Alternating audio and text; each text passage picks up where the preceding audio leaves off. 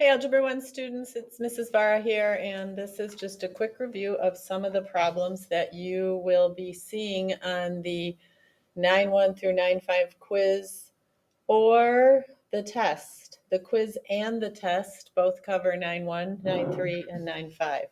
I'm going to do the circled problems, and then you should try the non-circled problems and get with me in class and have those checked. All right, so for square roots, you always want to start with doing your jailbreak. So you always want to start with a tree. So 4 trees into 2 times 2, those are both prime numbers. So I can end my tree when I have all prime numbers. So 4 is the same as 2 times 2. X squared is the same as x times x. Remember, this is a root 2 jail. If you don't see an index, it's an invisible 2. 2 partners to stage a breakout, only one makes it out alive. So who makes it out alive here? 1, 2, and 1x. So 2x made it out of jail. Everybody in my jail is circled, so that means my jail is empty. There's nobody left in jail, so that's my simplified answer. All right, now this, you want to first check and see if you can do a tree on whatever is in your square root here. But if you do a tree on 7, it just trees to 1 and 7. So 7 is a prime number. If you have no partners that can bust out of jail, or if the number in your jail is a prime number, then it can't be simplified further. So what you're going to do is, hang on, I'm adjusting my camera here. Sorry about that, guys. What you're going to do now is you cannot have a square root in the basement or in the bottom of your fraction. No square roots in the basement. Upstairs is fine. To get rid of the square root of 7, you multiply by the square root of 7 over the square root of 7. So to get rid of the square root of 7, multiply by the identical square root of 7. So when you multiply fractions, you multiply your numerators. So this would be 3 times the square root of 7. Don't put that 3 in jail. It's not in jail now. Leave it outside of jail. Keep that square root of 7 in jail. So this is good. I can have a square root upstairs. Can't have a square root in the basement. Now what happens when I multiply 2 square roots? Both these 7s are in jail, so I can put them in jail together, which would look like that, 7 times 7. But then you should notice right away, hey, one of those 7s is going to make it out alive. So what I end up with is 3 square roots of 7 over the 7 that made it out alive. Jail is empty, so I don't need a jail. So you can see I no longer have a square root in the basement or in the denominator of my fraction. Now, we talked in class a little bit about the shortcut. When you multiply 2 identical square roots, you get just the number. So square root of 7 times square root of 7 is 7. Square root of 3 times the square root of 3 is 3. Square root of 4 times the square root of 4 is 4. So if you remember that shortcut, that will help you. Okay, 1, 3, 5, and 6, you should try on your own. 7, you should try on your own. I'm going to do 8, just because it's a fraction one. So this, when you have a fraction in one big jail, give them each their own jail. Now what I want to do is simplify. So what I want to do is do a tree on 121 and a tree on 4x squared. But remember how I said, if you can memorize your perfect squares, you can save yourself a lot of work. 121 is on our perfect square list, and 121 is the same as 11 times 11. So the square root of 121 is 11. 121 is a perfect square. 4 is also a perfect square. The square root of 4 is 2. And if I have 2 x's, they're going to break out together, or we do know from solving that the square root of an x squared is x. So there we go. That is fully simplified. 11 over 2 is a fraction that cannot be simplified. So that one is done. So be on the lookout for those perfect squares. They can save you some work.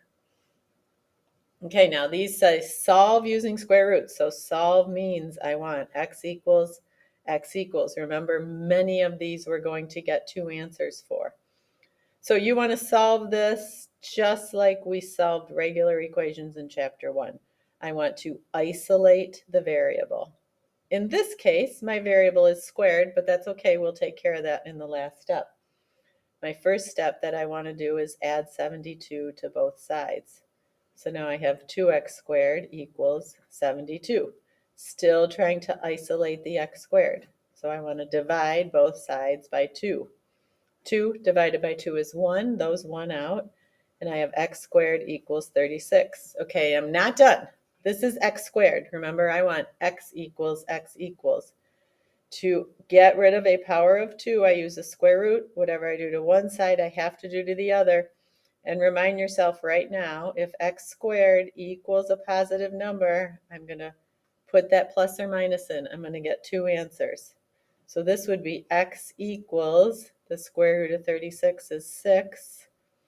X equals plus or minus 6. That is two answers. X equals positive 6 and x equals negative 6.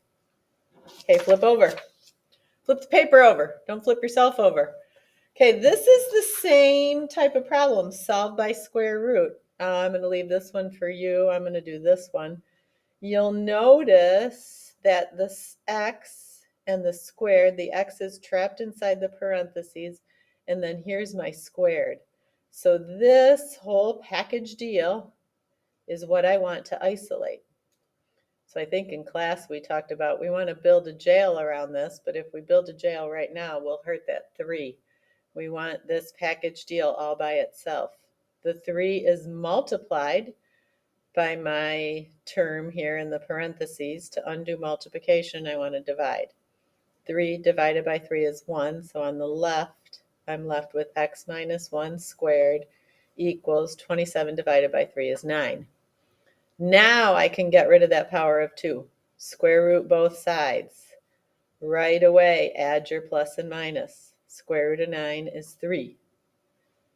That square root gets rid of my power of 2, so I'm left with x minus 1. Now this is actually two answers. This is when I want to split into two equations. X minus 1 equals positive 3, or x minus 1 equals my negative 3, and then you want to solve both of those. Add 1 to both sides. 1 minus 1 is 0, and I get x equals 4. That's one of my solutions. Add 1 to both sides. 1 minus 1 is 0. X all by itself. Negative 3 and positive 1 is negative 2. So those are my two solutions. So notice these are two different solutions. Over here, these were plus and minus of the same number. So just remind yourself, when you do these with the parentheses, you're going to end up with two completely different answers. Okay, so you should try that one.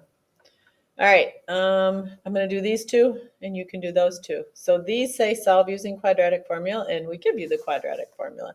So remember, we always want to start with checking to make sure we're equal to 0. Yes, we are. So then once you know you're equal to 0, you can find your A, B, and C. Be careful with your negatives. My C is negative. And then we want to find our parts. The opposite of B. Then we want to find our B squared minus 4AC. And we want to find our 2A. So the opposite of B, instead of positive 2, the opposite of B would be negative 2. B squared minus 4AC. B is 2. Squared minus 4, copy job. A is 1. C is negative 15. Okay, put that whole line in your calculator. Use the parentheses. So left parenthesis 2, right parenthesis squared. Minus, use the subtraction here, not the negative. This has to be a subtraction. And then I have 4, left parenthesis 1, close my parenthesis, left parenthesis, negative 15. Here, use the negative symbol. So this negative symbol, this subtraction, hit enter, and I get 64. Okay, 64. We put this in the cloud. And then 2 times a, 2, and my a is 1. 2 times 1 is 2. So that goes in my denominator. And this is my cloud. So now I'm going to plug in to my quadratic formula. So I'm going to have x equals the opposite of b, we said was 2, was negative 2, sorry, plus or minus square root 64 all over big fraction line 2. It's going to look like this. X equals opposite of b plus or minus, don't forget the plus or minus, square root 64 all over 2. Perfect square. 64 is a perfect square. Put that in your calculator, you would get 8. So x equals negative 2 plus or minus 8 all over 2. Now I want to split into my 2 solutions. So x equals negative 2 plus 8 divided by 2. So I'm using the plus. Or x equals negative 2 minus 8 divided by 2. I'm going to try to squeeze this in. I'm going to go to the right here. Negative 2 plus 8 is 6 divided by 2, which is 3. So that's one of my solutions. Negative 2 minus 8, one negative minus another negative is a bigger negative. So that's negative 10 over 2. So that's negative 5. Those are my 2 solutions. Okay, so you should try this one. Remember to always check to see if it's set equal to 0 first. That one is. All right, find the value of the discriminant. This was the end of lesson 9.5. This is also lesson 9.5, by the way. First thing we want to see is if we have a 0. Over here, we were set equal to a 0. Over here, we were not. So you can get a 0 on either side of the equal sign. I'm going to get it on the right just because that's what we're used to seeing. So if I want a 0, I want this positive 4x gone. So I'm going to minus 4x from both sides. And now what I'm going to have on the left, those are not like terms. So I'm going to have 4x squared minus 4x, that's a 0, equals negative 1. I still need a 0 over here, so I'm going to add the opposite, add 1 to both sides. These are not like terms, so I'm going to do 4x squared minus 4x plus 1 equals 0. There, now I have a 0. Now find your a, b, and c. A equals 4, b equals negative 4, c equals 1. Now remember, discriminant is b squared minus 4ac. So that's all I need to do here, is just do the b squared minus 4ac. If discriminant is positive, I end up with 2 solutions. If discriminant is 0, I end up with 1 solution. If discriminant is negative, I have no real solutions. And this just says determine the number of real solutions. It's either going to be 2, 1, or no real solutions. I don't actually have to solve this. So I'm just finding the discriminant. So b squared would be negative 4 squared minus 4, that's a copy job. A is also 4, and c is 1. Clear your calculator, and we'll punch that in. So parenthesis negative 4 squared minus 4 parenthesis 4, minus 4 parenthesis 4, another parenthesis with a 1. And I get a 0. That is correct. You didn't do anything wrong. Now, if discriminant is 0, that doesn't mean no solutions. That means 1 solution. So this is the end of section 9.5. Real quick, I want to go back and just tell you what sections these are in. All of this top part is section 9.1. This middle part is section 9.3. These are also section 9.3. And the bottom is section 9.5. That's it.